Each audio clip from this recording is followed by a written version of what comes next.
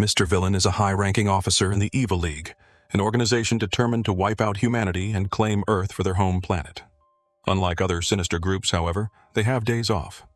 On one such day, Mr. Villain visits the zoo, where he enjoys a day of relaxation. As he joins the crowd to view the pandas, he reveals that his day off typically starts with a good meal and a visual treat. For him, watching pandas at the zoo is a favorite pastime. Children watch with confusion as he obsessively takes picture after picture of the pandas. One cheeky kid accuses him of overdoing it, but Mr. Villain ignores the comment, too engrossed in thinking about how to increase the panda population once humanity is wiped out. After snapping the pictures, he moves on. Eager to distance himself from work, he avoids coworkers in public, pretending not to recognize them when they cross paths. At the office later, he would deny any connection. But on this particular day, Mr. Villain must be cautious of the Rangers, those pesky humans who always oppose the Evil League. Although he respects their skills, Mr. Villain has no intention of battling them on his day off. His worst fear is realized when someone taps his shoulder. He turns to find a young man who instantly identifies him as part of the Evil League, sensing the villainous energy he emits. This man, introducing himself as Ranger Dawn Red, challenges Mr. Villain to a fight. The villain, uninterested in fighting in front of pandas, proposes a temporary truce, revealing his love for the animals. Surprised, Red admits he also likes pandas. Mr. Villain compliments his taste, but quickly notices aquarium tickets in Red's hand. Suspecting the Ranger is lost, Red sheepishly admits it. Mr. Villain guides him to the train station, but as Red leaves, he panics, forgetting which train to take. After a peaceful day at the zoo, Mr. Villain heads to a convenience store. Upon entering, we get a glimpse of his demeanor, both on and off duty. The store clerk greets him as she restocks magazines, but he focuses on the limited edition issue that includes a panda figure. Playing it cool, he buys a black coffee and cup noodles, but disaster strikes when he can't find his favorite red sweet potato soft serve. In its place is a strawberry mochi bar. Anger brews inside him as he reluctantly chooses the mochi, vowing to make humanity pay if it tastes bad. The clerk, sensing his frustration, hopes he enjoys the alternative. He tries the ice cream at home and, to his surprise, enjoys it enough to consider sparing the convenience store when humanity is eventually eradicated. Meanwhile, Ranger Red visits the same store, asking the clerk for directions yet again. The store attendant, recognizing him, can't believe this hero is so hopelessly lost. She informs him that his destination is in a completely different area, leaving him once again off track. On another day off, Mr. Villain begins with his morning skincare routine, proving that even villains care about looking good. After checking his fridge and finding only eggs and milk, he whips up some rock toast. While eating, he recalls the day he fell in love with pandas during a reconnaissance mission to the zoo.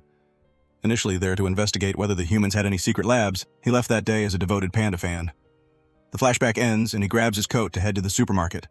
Just before he leaves, Ranger Red appears again, thanking him for his earlier help and offering a box of panda cookies as a token of gratitude. Mr. Villain tells Red that he knows the drill and takes his leave with a casual wave. Red, curious, asks if the truce is still in effect for the day. Mr. Villain heads into the shop, reminding himself that on his day off, work is strictly off limits. That evening, he reflects deeply on how much he values his time off, even adding quality sleep to his list of essentials. The most important rule for him, though, is staying as far away from work as possible. He recalls narrowly avoiding a coworker at the supermarket and smoothly denying any connection when asked about it at work. At the moment, Mr. Villain is fuming. He had looked forward all week to enjoying a mild curry on his day off, but the shop only had the extra spicy version, which he can't handle. His rage builds, and he seems on the verge of an elimination spree. But just then, a surprise panda special airs on TV. The sheer cuteness instantly calms him down, making him remark that cuteness saved the world that day. On another day off, Mr. Villain is at the mall when two kids, Mogi and Sora, suddenly grab his coat and call him Daddy. Both parties pause, realizing the mistake. These kids' real dad seems to have vanished while on a milk run. Soon after, Mr. Villain finds himself taking them to the food court, where they ask for ice cream. When he inquires, they reveal that their parents never taught them not to accept treats from strangers. As they approach the counter, Mr. Villain insists on getting ice cream in cups, not cones, to avoid spills. The kids protest, arguing that cones are cooler. After a brief standoff, he concedes and buys them the cones they want, warning them not to drop them. The shop attendant assumes Mr. Villain is their father and smiles at their interaction. The kids loudly thank him, making sure to emphasize that he's a stranger and not their dad, causing the server to freeze in dread. Mr. Villain quickly hushes them, warning them not to call him that in public. As they leave, Sora drops her ice cream and starts crying. Her brother suggests that Mr. Villain buy her a crepe to cheer her up, again loudly referring to him as Mr. Stranger Who's Not Our Dad. This draws attention from nearby shoppers, and Mr. Villain, embarrassed, asks them to stop. After cheering Sora up with the crepe, Mr. Villain escorts the kids to the Lost Children's Center, where they part ways. He advises them to stay close to their father in the future, certain that he'll never see them again, as humanity will likely be wiped out before they grow up. Still, he promises to remember the warmth of their small hands. As Mr. Villain walks away, Mogi and Sora's demeanor changes. Mogi comments that he wasn't as evil as she expected, while Sora notes that even enemies have all kinds of personalities. They reveal they were observing Mr. Villain this time, but their next encounter will be different. Red appears, thanking them for their help. The children, impressed he made it to the Lost Children's Center by himself, tease him about his poor sense of direction. The ice cream attendant, seeing the kids leave with Red, is shocked to realize Mr. Villain wasn't their father after all. The twins mention they need to hurry home, or Blue and Pink will worry, confirming their connection to the Rangers. Meanwhile, Mr. Villain is completely absorbed by a pop-up panda fair and decides to buy all the panda merchandise. Back at Evil League HQ, a new recruit arrives, thrilled to finally be assigned to Earth and work under Mr. Villain's command. However, out of respect for his immense strength, no one dares speak his name, simply referring to him as the General. Later at work, Mr. Villain's colleague invites him to lunch at the cafeteria, but he brusquely tells him to get lost because he's too busy. He's irritated because the zoo is unveiling a baby panda, and he's stuck at the office. He calms down by gazing at a picture of the adorable panda. Later, he enters the main office and notices the newcomer still working, even though his shift ended long ago. Mr. Villain dismisses him, but the rookie explains he wants to get through as much work as possible. One look from Mr. Look. Villain is enough to make him apologize for being slow. The general inspects the paperwork and realizes most of it isn't urgent. He advises the rookie that they're in a prolonged war and Earth won't fall in a day. He urges him to take care of his mind and body, warning that burnout is inevitable if he doesn't rest. Mr. Villain reminds the rookie that they have the next day off and advises him to make the most of it. Overjoyed that Mr. Villain spoke to him, the rookie decides to visit the zoo and is awestruck by the pandas. The following day, he excitedly tells Mr. Villain about his zoo visit, inspired by the general's love for pandas. He even brings panda-shaped chocolates as a gift, which Mr. Villain accepts. The rookie, thrilled by the recognition, leaves the office, melting with joy. That night, Mr. Villain opens the chocolates but finds them too cute to eat. He calls humans barbaric and decides to display the chocolates around his home until they expire. One evening, Mr. Villain comes home from work utterly exhausted. As he collapses on the floor, he imagines how much better life would be if a pet panda greeted him at the door. This daydream goes deeper as he envisions a world where pandas coexist with them after humanity has been wiped out. In this utopia, he'd do all kinds of activities with pandas, like playing video games. It may seem absurd, but to him, it is perfect. The next morning, he wakes up, still lying on the floor, feeling reinvigorated by this vision of a panda-filled future, and his resolve to annihilate humanity strengthens once again. Later, Mr. Villain heads to the zoo after hearing that the popular consensus claims pandas have white tails. He's skeptical since their ears and limbs are black. Using this curiosity as an excuse, he buys an annual zoo pass, determined to confirm the panda's tail color. He waits at the panda enclosure for 3 hours alongside a kid who's just as curious. When they finally see the tail and confirm it is indeed white, the two share a victorious fist bump, celebrating their patience. At the petting zoo later, Mr. Villain encounters the same kid, who teaches him how to handle rabbits properly, revealing his dream of becoming a vet. The following day, back at work, the rookie passes by Mr. Villain's office, assuming from his intense expression that he's plotting how to destroy humanity. In reality, Mr. Villain is deeply absorbed in thinking about how to convince the League to allow rabbits in the office. On another day off, while Mr. Villain is heading home from the shop, he runs into Red. As usual, Red tries to engage him in a fight, but Mr. Villain refuses. He's off duty and holding eggs for a dish he plans to cook.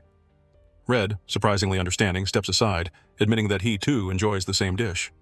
Later, Mr. Villain even returns with an umbrella and coat for Red, guiding him back to the train station. The clueless hero is left baffled that the villain still doesn't want to fight, while Mr. Villain walks away, content with avoiding any conflict on his precious day off. Things continue peacefully as Mr. Villain wakes up from a restful sleep. However, he immediately complains about how cold the place is. He attempts to grab the remote to turn on the heat, but quickly pulls his hand back under the warm blanket. He realizes that if he stays in bed like this, he'll waste his day off, which motivates him to finally grab the remote and warm the room. He then reaches for his phone and turns it sideways. As he watches, a countdown appears, and soon a show about baby pandas starts streaming. The sight of the cute pandas warms him up on this cold morning. However, his bliss is interrupted by a call from Rooney, the annoying co-worker he often dodges, especially during lunch breaks. Annoyed, Mr. Villain remembers all the times Rooney has disrupted his peace at work. He hangs up on Rooney repeatedly until at last, he answers, warning him not to call on his day off. A hologram of Rooney appears, but it's clear the general has disabled his own video feed to avoid being seen. Rooney, panicking, says it's about an Earth monster, which piques Mr. Villain's interest. Begrudgingly, he gives Rooney 5 minutes of his precious day off. Rooney explains that he's been investigating a winter monster that invades human homes. When Mr. Villain asks about the creature's power, Rooney reveals that it uses warmth to lure in humans and trap them inside its belly. Mr. Villain, intrigued, thinks this could be useful in their plan to conquer Earth. Rooney agrees but admits that the monster has already devoured him from the waist down. Shocked, Mr. Villain demands to know why he didn't lead with that critical detail. When Rooney mentions that he's still in the control room, Mr. Villain is horrified. The monster has already breached their headquarters. Springing into action, Mr. Villain dons his legendary day-off overcoat and prepares to rush to HQ. Rooney, surprised that the general is coming in on his day off, asks him to bring mandarin oranges, which are crucial for dealing with the monster. Mr. Villain, annoyed, scolds Rooney for not preparing the oranges beforehand. Thankfully, Mr. Villain had bought a box of oranges the previous day, following the recommendation of a local woman. With the oranges in hand, he flies towards the HQ, cursing Earthlings for their foolishness and urgency. Upon arriving at the sinister-looking headquarters, Mr. Villain wastes no time. He rips open the door to the control room, ready to deal with the winter monster and rescue Rooney. As Mr. Villain bursts into the control room yelling for Rooney, he is stunned to find him sitting casually under a kotatsu, a cozy Japanese heated table covered with a blanket to trap warmth. Rooney, overjoyed to see his boss, unashamedly sheds a tear and thanks him for the rescue, despite the lack of an actual crisis. Rooney admits that he doesn't want to get up from under the kotatsu because it's so warm, though he's been needing to go to the bathroom for some time. Mr. Villain stands there, dumbfounded by the absurdity, before giving Rooney a light smack on the head for the unnecessary alarm. After a brief scolding, Mr. Villain finds himself sitting under the kotatsu with Rooney, sharing some mandarin oranges as they discuss the wintertime monster, a mere excuse to stay cozy under the heated table. On a separate evening, while taking a stroll, Mr. Villain overhears a woman excitedly talking to her partner about her limited edition panda buns, an adorable seasonal snack shaped like pandas. Intrigued, he lingers nearby to hear more. The woman explains how it's the season for Chinese buns and she's thrilled to eat them. However, she carefully splits one of the panda buns with her partner, saying she doesn't want to overindulge. Little do they know, splitting the panda bun is a grievous offense to Mr. Villain, who watches in silent horror as the meaty insides of the bun are revealed. Later, he goes to the convenience store and stares at the display of panda buns, haunted by the image of the bun being torn apart. The store attendant, noticing his interest, cheerfully informs him that the panda buns are a limited edition treat, extra juicy this season. She admits that it's a shame to eat something so cute, but they're undeniably delicious. Mr. Villain, appreciating her understanding, leaves the store, determined to muster the courage to finally eat one. After several days of bun-eating training, where Mr. Villain tries every kind of bun, original meat, pizza, and various other flavors, the day arrives when he's finally ready to face the panda bun. He goes to the store only to discover they've been discontinued.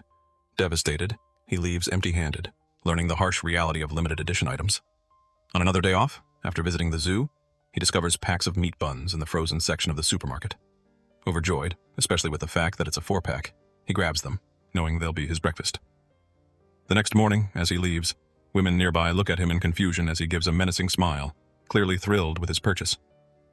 The next morning, Mr. Villain carefully follows the instructions to prepare the buns, dampening them and wrapping them on a plate. He places them in the microwave for a minute and stretches while they heat up. When the timer rings, he opens the door only to find the bun completely flattened. He falls to the floor in despair, horrified by the outcome, but still acknowledges that the flavor is good. Meanwhile, at Ranger HQ, Red faces the same problem.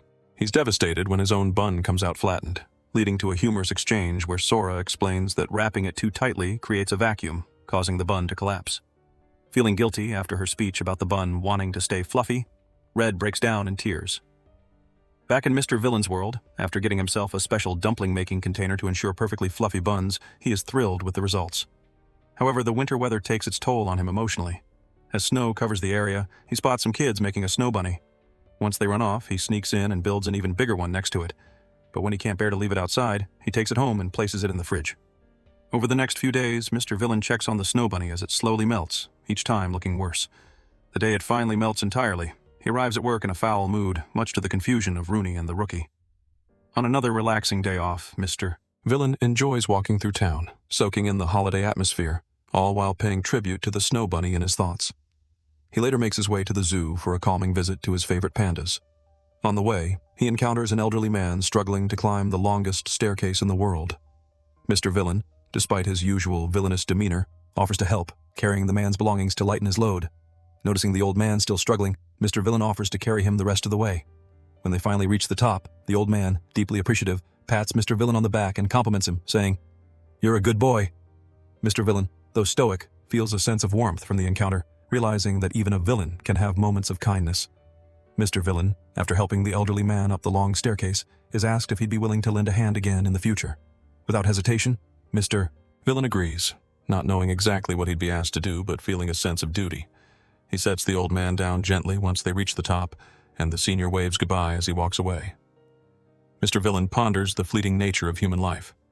He suspects the old man might have mistaken him for his grandson, and seeing him in such a vulnerable state leaves him contemplative, reminding him how fragile humans are. That night, Mr. Villain drifts off to sleep counting pandas in his dreams. The old man reappears, but this time reveals himself to be Santa Claus, taking Mr. Villain up on his offer to help. Santa brings him along to assist with the preparation for delivering gifts to children around the world. Mr. Villain wakes up the next morning with sore muscles and wonders if his dream was real, as it oddly felt like he had been doing hard labor. Despite his confusion, the day is special to him because it's Christmas. But more importantly, it's his day off. Meanwhile, a young salaryman, weary from another grueling day at work, stumbles into the convenience store like a zombie. Recently entering the workforce, he had imagined his life would be filled with late-night outings and fun activities, but the brutal reality of adult responsibilities has worn him down. On his day off, instead of going to the gym or hanging out with friends, he finds himself stuck at home doing laundry just to ensure he has clean underwear. The guy sulks as he picks up a ready-made meal, realizing how expensive this habit is, but he feels too tired to cook for himself. As he mindlessly makes his way through the store, he spots Mr. Villain grinding his teeth while staring at something with an intense gaze. The salaryman turns pale, thinking that this dangerous-looking man must be one of those stereotypically dangerous people who live downtown. He decides to keep his distance. However, he's taken aback when the mood changes as a store attendant approaches Mr. Villain. The salaryman listens in on their conversation, shocked to hear the general express his disappointment that the Chinese buns have been discontinued. The attendant apologizes, knowing that the buns were his favorite after-work treat. Listening to the exchange causes a paradigm shift in the salaryman's mind. He sees how even someone like Mr. Villain rewards himself for hard work. Inspired, the young man decides to treat himself as well, picking up some pudding on the way out. Later, the more cheerful salaryman returns to the store after another tough day. He chats with the store attendant just as Mr. Villain had and purchases her recommended items. He learns that earlier in the day, Mr. Villain had been there and had bought cherry blossom-flavored tea. The salaryman walks through the park afterward, admiring the cherry blossoms as their petals fall around him.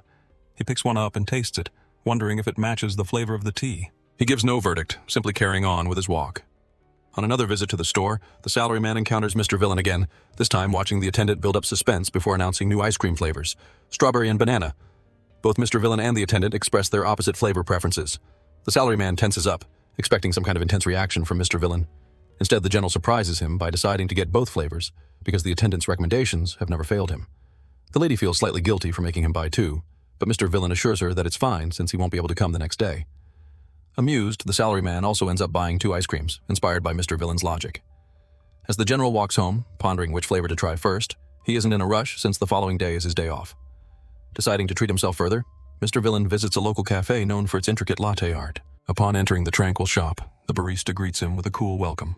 Mr. Villain takes a seat next to the only other customer and is captivated by an unusual contraption behind the counter. Startled, he speculates that it's some kind of experimental device. The barista, noticing his interest, explains that it's a siphon coffee maker, a method the shop prefers for brewing their coffee. Mr. Villain, watching the process in action, can't hide his amazement and gives an exaggerated reaction to the brewing technique.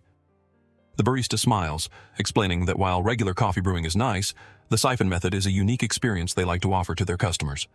Mr. Villain nods, fascinated by this new discovery.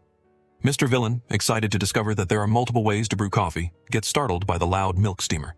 He can't fathom why it takes so much noise for just 1 cup of coffee. His tension eases when the barista presents his drink, a panda-decorated latte, and urges him to savor it slowly.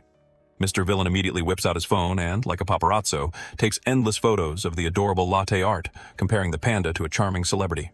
He hesitates, unsure how to drink something so cute, but after contemplating from every angle, he finally takes a sip. His worst fear materializes. The panda starts to disappear with each gulp.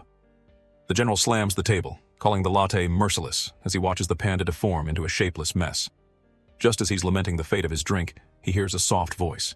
It's the panda itself, reassuring him that this is its destiny. Mr. Villain, still anguished, finishes the latte with a newfound sense of duty, silently shouting for the panda as he drinks the rest. The other customer, witnessing the spectacle, wipes a tear from his eye and orders another panda latte for Mr. Villain as a small gesture of solidarity. Mr. Villain accepts the second latte with gratitude and struggles home, now lugging a ridiculous number of milk cartons that he impulsively purchased for meal prep. He plans to use them for stews, pudding, and almond jelly, all while using panda-themed decorations inspired by his cafe visit. Knowing his upcoming work schedule is packed, he's excited to make these dishes in bulk.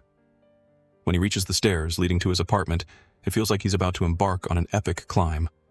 With each step, the bags cut into his shoulders, but the thought of the delicious stew awaiting him fuels his determination. His muscles scream for rest, but his iron will carries him to the top, victorious. As he revels in his small triumph, a neighbor passing by gives him a confused look, but they exchange polite greetings as if nothing unusual had happened. One night after a field operation, Mr. Villain engages in an intense battle with the Red Ranger. Dodging punches, he barely survives the fight, but the next day is his day off, and he heads out to enjoy the cherry blossoms. Unfortunately, the flowers have already fallen, much to his disappointment. What's worse is that he packed a lunch, hoping for a scenic picnic as suggested by a news broadcast. In the park, he spots a little girl collecting fallen petals. She stares at him for a moment before reaching for one of his rice cakes.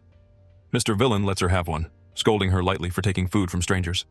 As she devours the rice cake, he sees how hungry she is and tells her to eat as much as she likes. He facepalms, joking that he might just have to wipe out humanity for this. She happily grabs another rice cake after getting his permission. The girl asks if he came to see the blossoms, and he admits that he arrived too late. As she finishes eating, she holds out her hands, causing the petals to fly back to the trees, triggering a brief return of the blossoms. The general is amazed by the sight, enchanted by the short-lived beauty of the cherry blossoms, which is unlike anything from his home planet where flowers stay until they wither. When he turns to thank the girl, he finds that she has vanished, leaving only a pile of petals. Mr. Villain returns to the tree several times, always with a packed lunch, but never sees the mysterious girl again. He resolves to visit the tree again when the flowers bloom next year. Meanwhile, the Pink Ranger, who dutifully fights the minions of evil each day, is growing tired of the full-body tights she's required to wear as a hero. Despite effortlessly defeating enemies, she secretly dreams of being a magical girl, wearing cute costumes and using more delicate powers. The idea makes her cringe, as she doubts she could ever pull off their charming aesthetic, but the desire lingers deep within her. Pink Ranger heads back to town, reporting to HQ that the recent skirmish with the enemy has ended. As she finishes her report, she notices a magical girl anime poster, reminding herself that she isn't suited to that world, no matter how much she secretly wishes otherwise. When she returns to the ranger house, Pink starts frantically searching for her magical girl keychain wand, which she always keeps in her purse as a good luck charm. She can't find it anywhere, and realizes it must have fallen out while shopping earlier. Meanwhile, Moji and Sora ask Blue if he's going to pick up Red, since Red is more directionless than a broken GPS. Blue has no patience to wait for Black, so he brushes past Pink, asking what she's up to. Annoyed, Pink gives a curt response, to which Blue comments on her wearing glasses, something he doesn't usually see. Pink internally freaks out, hoping he doesn't notice her magical girl obsession. Pink tries to shut down the conversation, but Blue continues teasing her about her lack of cuteness. In retaliation, she snarks that Red is the cute one, leaving Blue stumped just as the twins kick him in the leg, telling both Rangers to stop bickering. As Pink leaves the house to search for her keychain, Blue's words echo in her mind, reinforcing her belief that she's not cute enough to be a magical girl. She retraces her steps through town, even asking a local stray cat for permission to check under its bench, to no avail. With no luck, she finally heads to the local police station, hoping someone has turned in the keychain. Her face lights up when the officer hands it to her.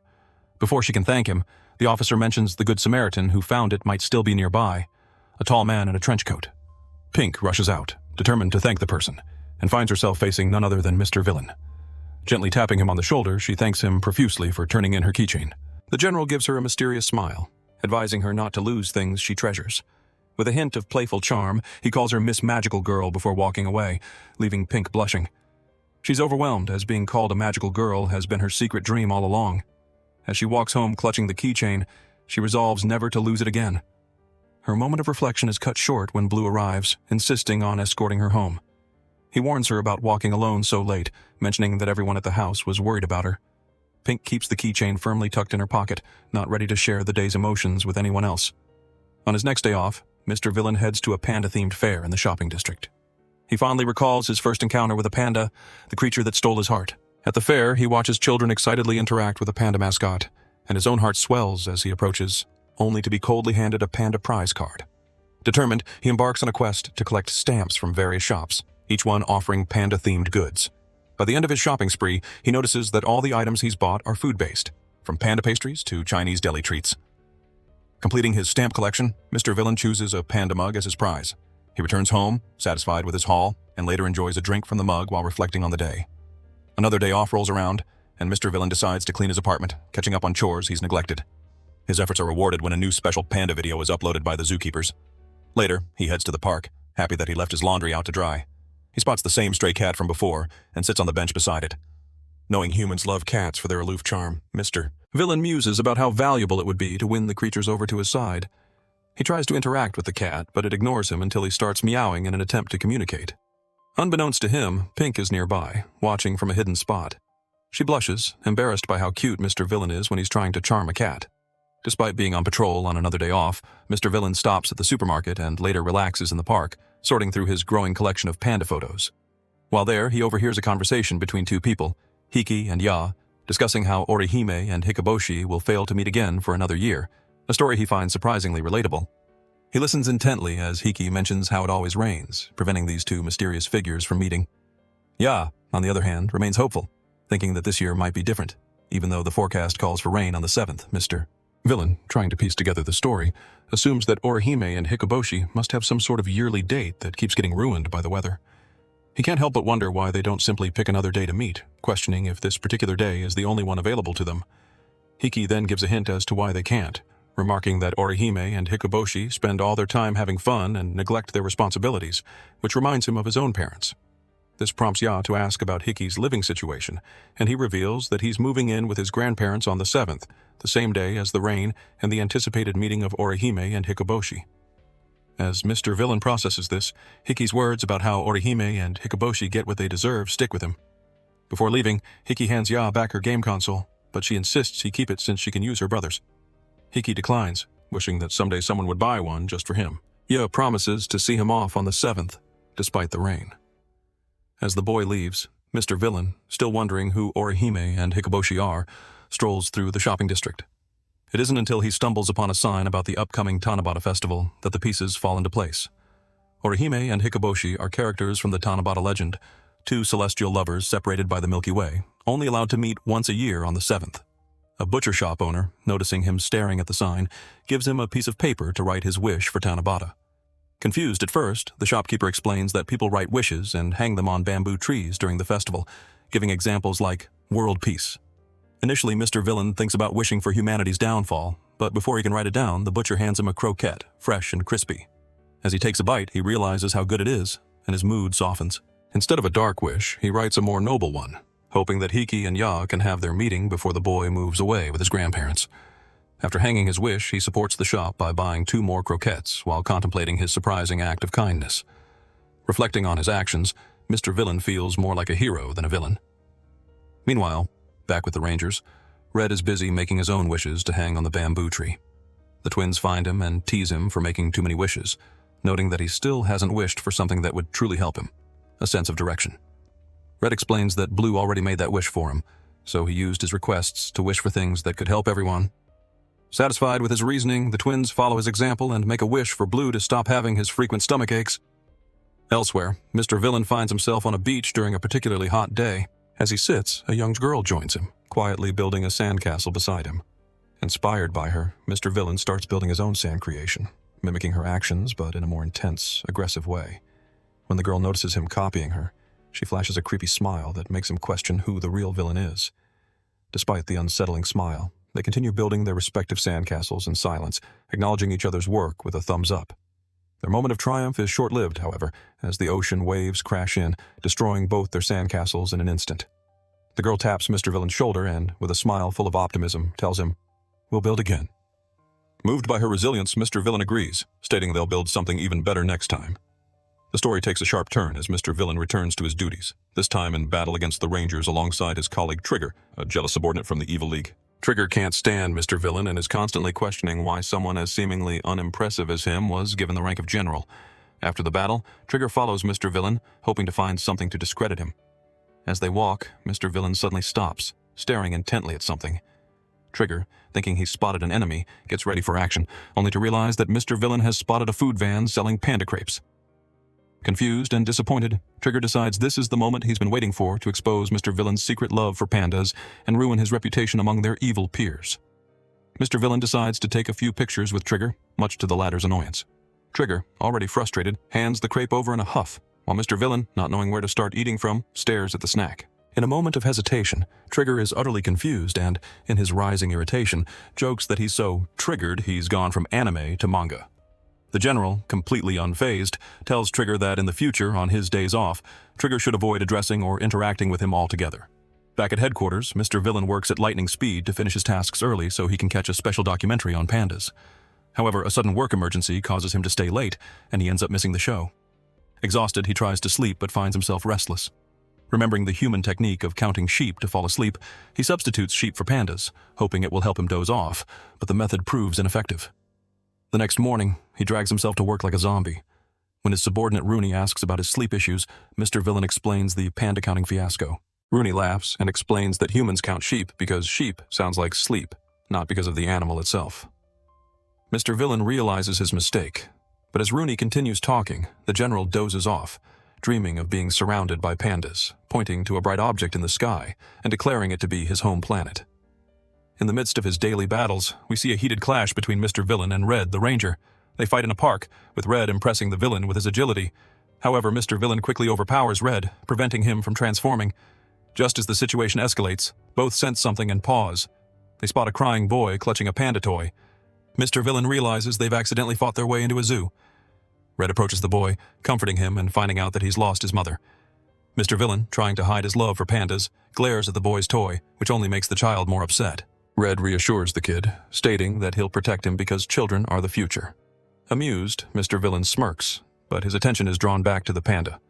The zoo's intercom announces that there is a lost child matching the boy's description, and Red promises to reunite him with his mother. Mr. Villain, in a rare moment of compassion, directs Red to the Lost Children's Center.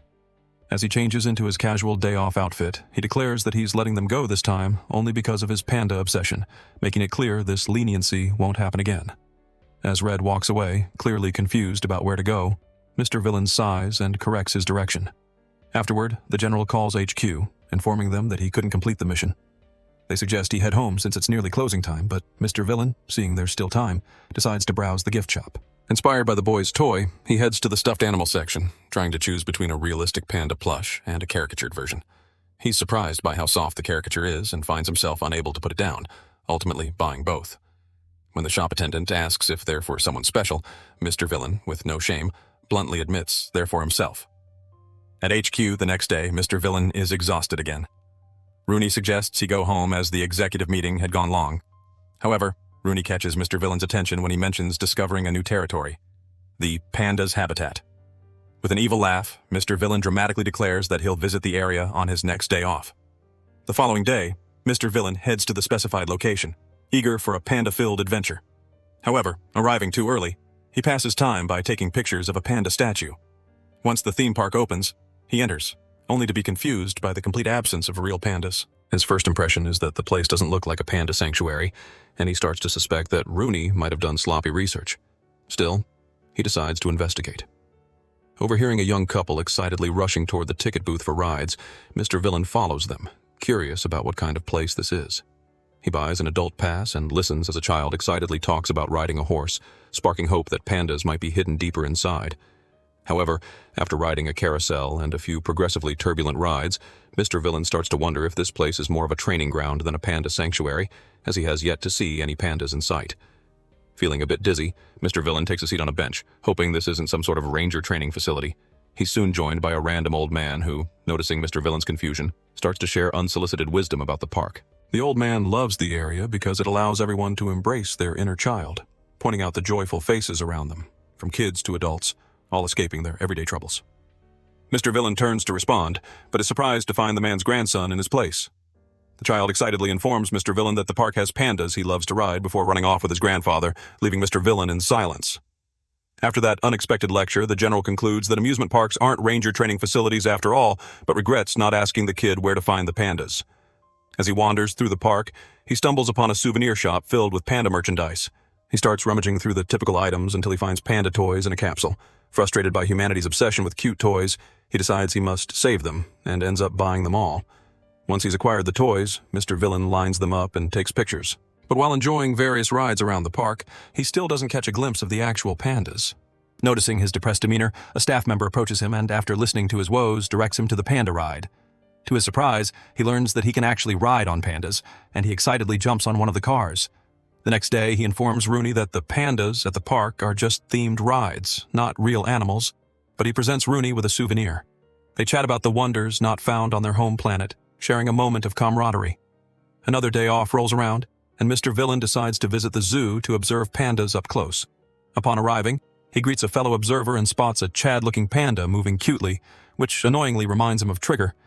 Upset that he was reminded of work during his day off, a personal violation of his creed, Mr. Villain can't help but think that the panda is low-key handsome. His attention shifts back to snapping pictures of the pandas as they do adorable things. The following workday, he sees Trigger and can't help but laugh at the thought of what his colleague would say if he were a panda. Trigger, growing increasingly irritated, demands to know what Mr. Villain finds so amusing. That night, Mr. Villain dreams about a panda wiping away its black marks. When he shares this dream with Rooney while they enjoy oranges, Rooney suggests it might be a manifestation of some trauma. In a surprising announcement, Mr. Villain reveals that the pandas from the zoo will be returned to their natural habitat, which leaves him emotionally devastated. His knees still ache from the drop of despair. Later, he and Rooney engage in a playful showdown to see who can create the best orange art, drawing the attention of their co-workers peeking through the office door. When they run out of oranges, Mr. Villain surprises Rooney by bringing out a box for them to continue their artistic endeavors. After a fun session, they eat their creations and brainstorm ways to teach their colleagues how to make orange art. As the gift-giving season approaches, the top admin at HQ asks Mr. Villain if he wants to participate in a present exchange that humans enjoy. He contemplates the meaning of gift-giving until bedtime, when he dreams of Santa Claus, who explains how much joy it brings the giver to see the recipient's reaction. Later, Mr. Villain and Rooney engage in an intense gift exchange, both presenting each other with boxes of oranges. They return to the office to enjoy their fruity gifts, sharing them with their colleagues. Trigger eventually discovers the festivities and questions what's happening. Mr. Villain proudly gives him a milk-flavored treat as part of the celebration. Meanwhile, at Ranger HQ, Black surprises everyone with presents to enjoy on the festive day. Mr. Villain later experiences an internal dialogue with various versions of himself, advocating for the salvation of different animals amidst their plans to destroy the world. The discussions take a wild turn when his villain persona argues for saving cats. Startled, he jolts awake, relieved that it was just a dream, and finds comfort in petting his panda toy. After a long day of work, Mr. Villain heads home and notices a stray cat he's been seeing near the convenience store. Impatient, he walks past the store's entrance and calls for the cat, but pauses when he spots Black feeding the feline. Black pets the cat as it eats and, upon noticing Mr. Villain, turns to greet him. The general steps back, locking eyes with Black, and they exchange greetings, with Black encouraging Mr. Villain to come closer as they both watch the cat enjoy its meal. Mr. Villain internally comments on how cute it is, particularly captivated by its tail, which sways like it has a mind of its own. He wishes he could pet the cat, especially when it nestles against Black, making him reconsider his life choices. Black gently asks if the cat is still hungry, but admits it's all the food he has for the day. Continuing to pet the feline, Mr. Villain trembles, wondering how Black managed to gain the cat's trust so easily when he hasn't even been able to touch it. As their time with the cat winds down, Black bids it farewell. Just as he's about to leave, Mr. Villain asks him to wait. Black pauses, understanding Mr. Villain's expression, and offers him a cat treat, allowing him a chance to get closer to the stray. Mr. Villain finally figures out that to win over the stray cat, he must use its favorite food. After this, Black heads home to find the twins eagerly waiting for him. They welcome him back, playfully noting that they haven't seen him in a while since he usually sleeps when they're awake. He happily picks them up, but Sora kicks him when he jokingly comments on how heavy they've gotten. He puts them back to bed and watches them sleep, revealing that the cat reminds him of the twins, which is why he feels compelled to help it. His thoughts drift back to Mr. Villain, realizing that the intel about the villain frequenting the store is accurate. Finding Mr. Villain odd, Black simply assumes he has a fondness for cats. Meanwhile, at the mart, Mr. Villain quivers with excitement as he watches the cat eat the treat given to it by Black, expressing his gratitude to the Earthling. Later, Red has a dream about battling Mr. Villain in an intense fight, and the others discuss how strange he is. Upon waking, Red tries to go on patrol but is stopped by Blue. In the shopping district, the Setsubun event is in full swing, with families and children interacting with various stores. Mr. Villain finds himself intrigued by a special bean powder said to drive away devils. As he analyzes its composition, two old ladies interrupt him, offering him some mochi and warning that it's hot. Having seen it before, he knows it needs to be cooked before eating. When he takes his first bite, he's surprised by its stretchiness. Fighting to get a proper bite, Mr. Villain starts to speculate that the mochi could be a soft biological weapon disguised as food. He manages to snap a piece off and is amazed by how delicious it is. The old ladies notice his enjoyment and give him different flavors of mochi, each just as stretchy and delightful as the last. By the time he heads home, he acknowledges he's definitely overeaten. Back in his lair, Mr. Villain cracks open his laptop to get some work done from the comfort of his living room. He decides to take a break, grinning cheekily at his ice cream treat, waiting for the perfect occasion. Before indulging, he heads to his panda-themed items cupboard and picks out a mug to make a nice cup of coffee. After preparing his drink, he finally grabs the glistening ice cream and enters the living room to enjoy the hot and cold combination. Just as he opens the ice cream, an urgent alert interrupts him. He quickly sets the frozen treat down to tackle the pressing issue. However, more urgent matters keep popping up, making him increasingly agitated, and a dark aura begins to envelop him. After some intense problem-solving, things finally settle down.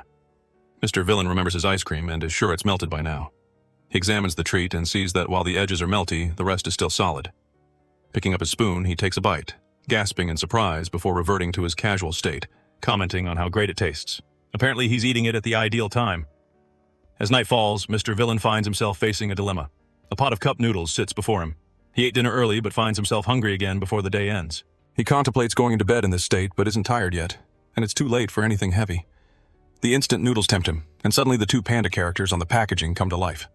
One acts as an angel, warning him against eating at this hour, while the other plays the devil, insisting that midnight noodles are the tastiest thing in the universe. Being Mr. Villain, he succumbs to temptation and soon finds himself boiling water and pouring it into the cup, reflecting on how his will is too weak to wipe out humanity.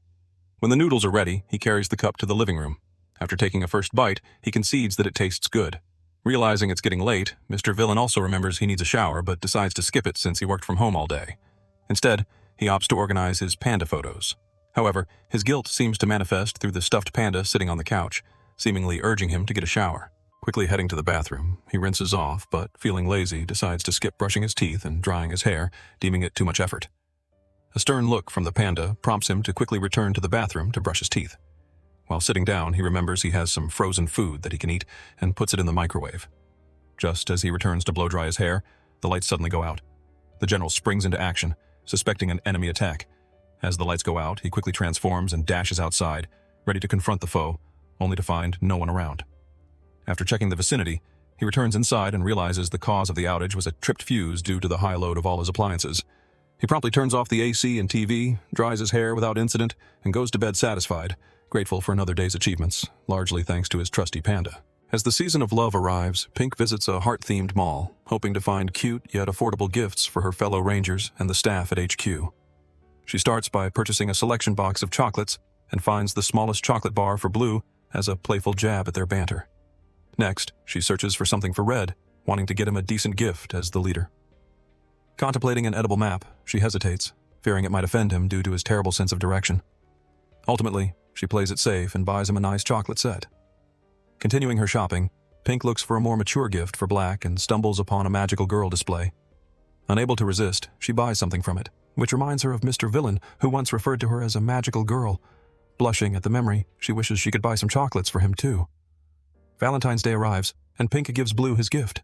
He understands their relationship well enough not to complain, just hoping she hasn't been too stingy with Red and the others. Pink reassures him that she got proper gifts for everyone, and Blue finds the chocolate sweet as he heads upstairs. However, he demands her thanks later. White Day comes, where those who received gifts on Valentine's Day reciprocate. The Rangers head to the mall to buy gifts for Pink, splitting up to quickly find their desired items. Blue struggles, knowing Pink will be extra critical of his choice. He warns the twins not to let her know about his struggle, prompting them to excuse themselves in search of Red, suspecting he is lost again. Their suspicions are correct. Blue then has a flashback, revealing his backstory. His father was a ranger who lost his life on the job, leading him to inherit his powers. After Pink joined the team, they didn't get along initially because she disliked the hero suits. They managed to tolerate each other for a couple of years until the twins, Sora and Mogi, joined, having inherited the Green Ranger's energy. During this time, Red and Pink continued their training until the twins went missing. Blue and Pink sprang into action to find them, during which Pink attempted to express her desire for friendship, but Blue refused, seeing her more as a younger sister. Their conversation is cut short when they sense a pulse of green energy. The twins, holding hands, transform into the Green Ranger, shocking Blue and Pink. The Green Ranger asks for their parents, leading Blue to inform them they are gone, but promising that he and the staff will care for them. Pink joins in, promising they'll always be together as their older siblings. The twins feel comforted, knowing they won't be alone. After this heartwarming moment, Blue teases Pink for her little speech, and the two are treated to snacks by Black, who mentions that Sora and Mogi's energy is weak because they share one ranger's energy. They must fuse to transform. Their talk then shifts to finding Red, which would complete the team. Soon after, they spot Red, who joins them. Blue's flashback ends with the twins and Pink waking him up because they need something from him at night. Meanwhile, Black roams the streets, reflecting on the duty of raising the next generation of Rangers, promising his predecessors that he will fulfill this responsibility well. As spring arrives, the cherry blossom tree blooms again, and its spirit manifests. Another tree nearby takes the form of a boy who becomes interested in Pink as he watches her gaze at park visitors. The boy blushes while observing her and is shocked when Mr. Villain approaches, bringing a packed bento for the cherry spirit, a promise he made the previous year. The other tree observes as the girl smiles while enjoying a triangular rice cake. The boy gets Mr. Villain's attention by throwing a branch and questions why he gets to talk with the cherry blossom spirit. Mr. Villain corrects him for throwing sticks at an adult, but the boy quickly hands him a mud triangle, thinking it's a shape the girl would like, given her reaction to the rice cakes. The boy watches from his vantage point as Mr. Villain hands over the mud triangle, and he returns to report that the girl was pleased with her gift. The boy beams, feeling happy that he made first contact, all thanks to a stranger. On his next day off, Mr. Villain strolls through the park and encounters the boy Tree Spirit, who's busy making more mud balls. He advises the boy to create something edible and wonders why he spends so much time outside, hoping he'll head home when he's done playing.